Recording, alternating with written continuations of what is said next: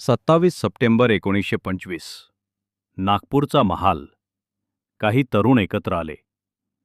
Doctor Keshav Baliram Hedgewar यांनी उच्चारले, आज आपण संघाची सुरुवात करत आहोत.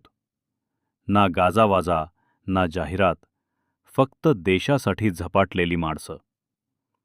ही केवळ संघाची नाही, तर यशाची 100 वर्षांची गोष्ट आहे.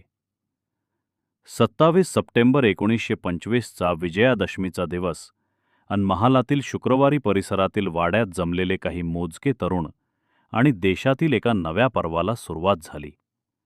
नागपुरात मुख्यालय असलेल्या व देशविदेशात विस्तार झालेल्या राष्ट्रीय स्वयंसेवक संघाच्या शताब्दी वर्षाला विजयादशमीपासून सुरुवात होणार आहे.